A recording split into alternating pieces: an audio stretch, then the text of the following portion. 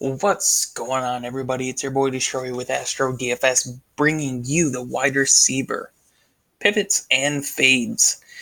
So this week's wide receiver group is interesting. No one is over 8K, and no one really stands out as far as price separation. So that's always good. A lot of injuries to watch out for, making a lot of cheap receivers interesting this week. A lot of big names you got to watch out for if they do play, have good matchups. Some have good matchups, some just don't, and they're not even worth the risk or wait on the news. Maybe just going after backups. um, so DeAndre Hopkins and Julio Jones are playing each other this week. I'm honestly thinking this game might be a back and forth game. Both players are due for huge games. You could see DeAndre Hopkins here had the good week. Week one has not done the same. I'm liking a lot of Texans players way more than I do the Falcons. You could see Julio had 2 good weeks back to back. Week one, week four, kind of some tougher matchups for him. But this one is not going to be as bad. But like I said, I do really like both of them. If you can afford both, if you're like us, going probably more running back this week than wide receiver, just because of all the plays you could do in wide receiver.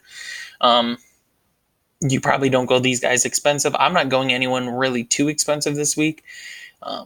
But if you're going for some cheap running backs, go for it then. Either one of these guys are really good plays here at their prices. Devontae Adams, I don't think is going to play. Even if he does, I don't like his matchup against Dallas. Keenan Allen playing Denver. He's 99% sure he's going to go against Chris Harris Jr. And you can look at Chris Harris Jr.'s receivers that have been that he's covered, and he destroys them. So if Keenan Allen is going against Chris Harris Jr., that's a terrible matchup for him. He shut down DeAndre Hopkins earlier. As much as I love some Keenan Allen, I don't like his matchup here. Mike Evans play New Orleans. Both Mike Evans and Chris Godwin are good only if Jameis Winston can keep that momentum going.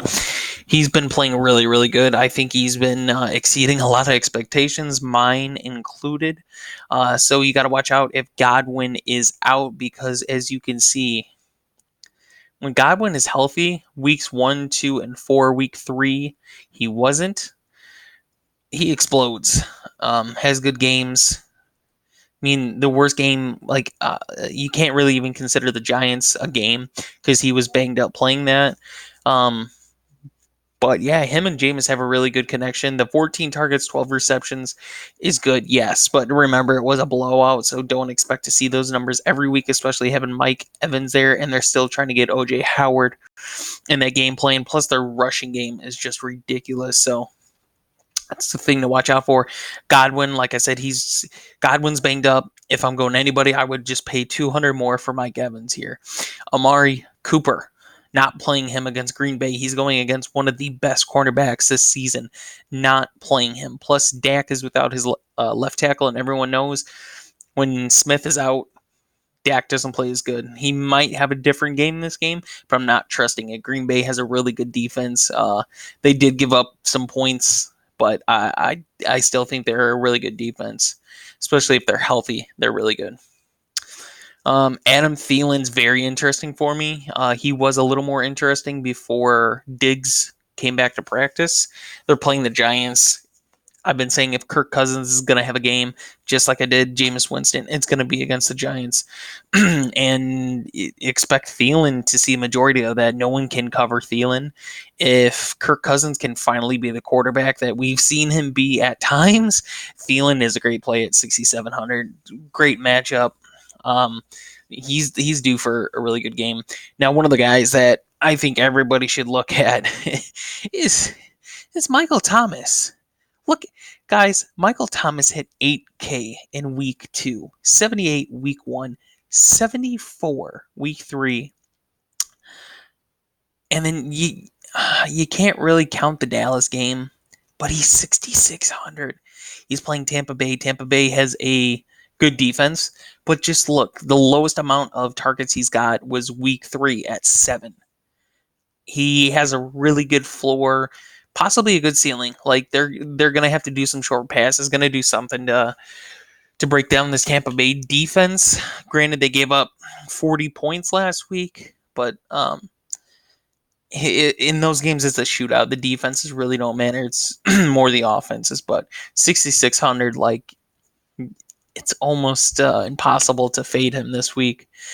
Tyler Boyd without John Ross playing Arizona. Andy Dalton should have a good game. I'm really hoping he does. I'm definitely going to play him in some GPP lineups. He's really cheap. Tyler Boyd is cheap at 6,500, being the number one target, and no one to cover him. Tate, we'll talk about Tate. I'll just bring Tate up right now. We'll find him later. Tate is $3,500, and he's stepped up. Especially with John Ross going to be gone now, Tate's going to step up. No one's going to cover him. If Andy Dalton's offensive line can hold and Andy Dalton has some time to throw, look for Tyler Boyd. Look for Auden Tate. Both those guys, really good price, really good matchup. Juju's banged up, playing against playing against Baltimore. Big rival game. These games are always fun. It is his toe, though, which, same thing as Devontae Adams, doesn't look promising. Probably just going to fade Juju here. Edelman, I think, is still with the chest. He's probably going to play. Just because it's his chest. The only reason I see them not playing Edelman is because they are playing Washington. It all just depends on this guy here, Josh Gordon. He's also banged up. So I think if not both, one of them is going to play. So watch out for the prices. They have really good prices here, playing a terrible Washington defense. Stephon Diggs is playing. Like I said, between Diggs and Thielen, I like Thielen.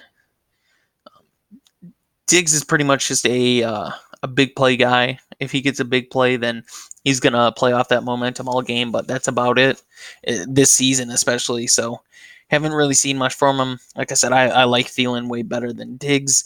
Larry Fitzgerald has a really good matchup.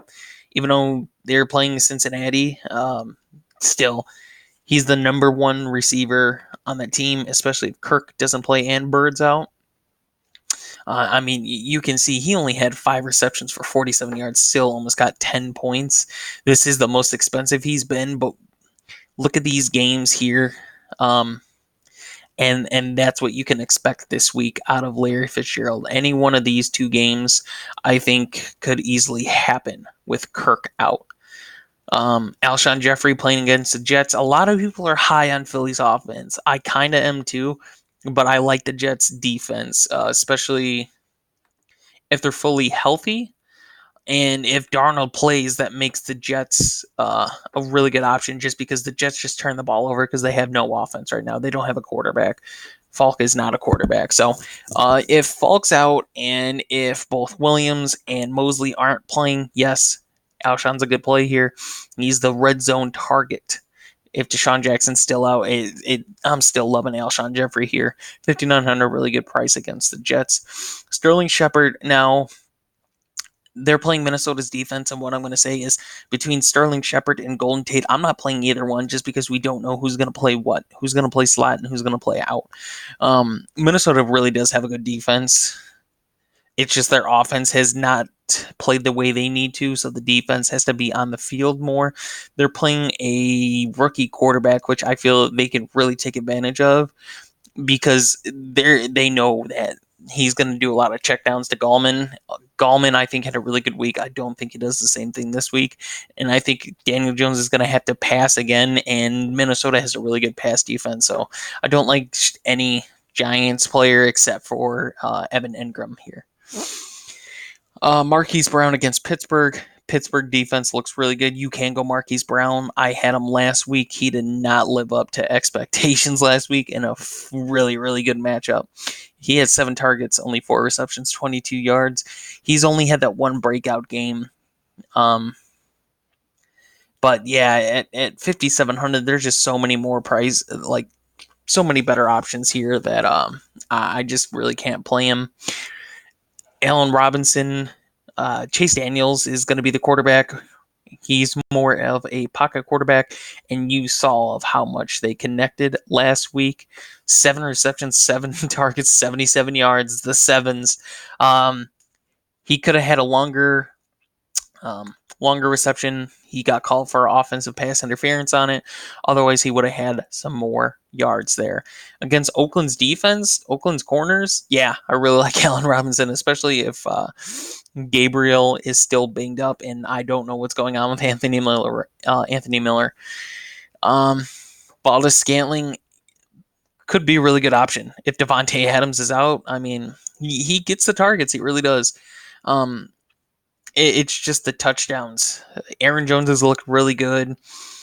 We know Jimmy Graham is the red zone guy for the most part, so Valdez Scantling is really going to have to dig down deep to get those yards after catch, because that's the only way I can really see him getting some heavy yards. That's the one thing he hasn't gotten is yards. You could see his targets, receptions look pretty nice, but he just hasn't got the yards. So him and Allison, very risky here, playing Dallas's defense, but we'll have to see what happens with Devontae Adams.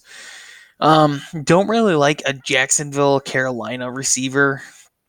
I don't think Ramsey's going to play. It's looking like it. So that kind of opens up the love for Carolina players, especially McCaffrey. If anybody I'm playing from Carolina, just because they're so cheap, is Greg Olsen. We'll talk about him tomorrow, but we're talking about receivers. Don't really like anybody on Jacksonville. Minshew, like I said, looks decent, but Carolina's defense has been playing really good right now.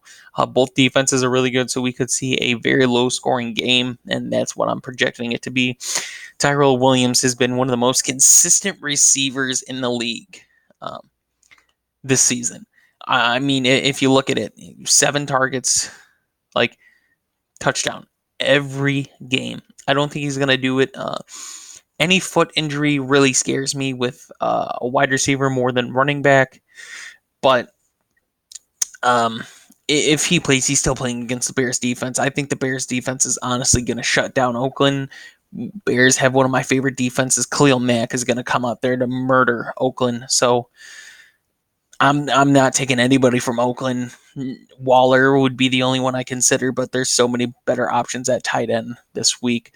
John Brown had a really good week. Last week they were playing Tennessee. The only Buffalo receiver that I have a lot of interest this week is Cole Beasley. Just because Barkley is a pocket passer, Josh Allen can scramble and make plays, and John Brown and Corey Davis really benefit from that. But a pocket passer is just going to be Beasley, especially with Tennessee's corners. Beasley has probably the best matchup, and Beasley is just really consistent for his price too. McLaurin's injured. They're playing New England. Case Keenum is in a boot again. Dwayne Haskins didn't look good. Not playing anybody. Not interested in anybody from Washington here. Manuel Sanders healthy against the Chargers. Injured defense is very interesting here. I think my internet might be cutting off on me. Probably. Okay, we got rid of it. But yeah, 5,100. Playing against a hurt Chargers defense for the most part, it looks like very good at 5,100. If you need this mid 500 range, I think Emmanuel Sanders beats out everybody here between 4,700 and like 5,600, because then you consider Robinson scaling. Anybody in this price range, you go Emmanuel Sanders here. He's just looked so good this year. I forgot my internet's not going to let me load that right now. Talked about Jacksonville, Carolina receivers. Allison, you still have to watch. He hasn't looked good this season, but last season looked pretty good. You have to watch Devontae Adams. Calvin Ridley, really good matchup here against Houston. Hasn't got as much love as Hooper and Jones. That's the only worry I have here. Still not a bad play at 4,900. Philip Dorsett, watch. If both Josh Gordon and Edelman are injured, watch for some Philip Dorsett. Really love his matchup here against the terrible Washington defense. Sutton, oh my God, the guys looked very good lately. Him and Emmanuel Sanders. I didn't really see Sutton here, but either one of these two guys I would love to take for this price, especially looking at how injured the Chargers defense might be. So definitely going to have to look at that. Aguilar, if Deshaun Jackson's back, I don't really like Aguilar and Ertz as much. And I already said how much I love the Jets defense. Golden Tate, like I said, it's just too confusing of who's going to play slot. Cole Beasley said I love here. Will Fuller is a guy that I think a lot of people need to watch out for this week. He has yet to have a breakout game, and I think he's due for it, and it can easily happen against Atlanta. He's had some very good opportunities that just fell through because of Deshaun Watson. And like I said, with Devin Stills, I think is going to be out. Or Kenny Stills, I'm sorry. Kenny Stills, I believe, is going to be out. Will Fuller, 4,500 is a really, really, really good price and a good matchup here. And like I said, I think he's really due. I don't have any interest in any Jets receivers just because of how Falk plays, unless Darnold's in. If Darnold's in, I think we could find him. Jamison Crowder, 14 receptions week 1, playing against a terrible defense. Darnold plays, get Crowder, 4,300. Really cheap, good play here. Johnson from Pittsburgh is probably the only Pittsburgh receiver I would take if you're not taking Juju, but Juju might be hurt, so definitely look at some Deontay Johnson there. We'll just look for cheapers. Randall Cobb has a revenge game. Randall Cobb has not had a breakthrough game. He's more of a GPP than a cash. He might have a revenge game. Look at it. Got to look at the information. Renfro, if Williams is out and you need a really cheap wide receiver, like cutting it really cheap, look for Renfro. Definitely a really good receiver down there if Williams is gone.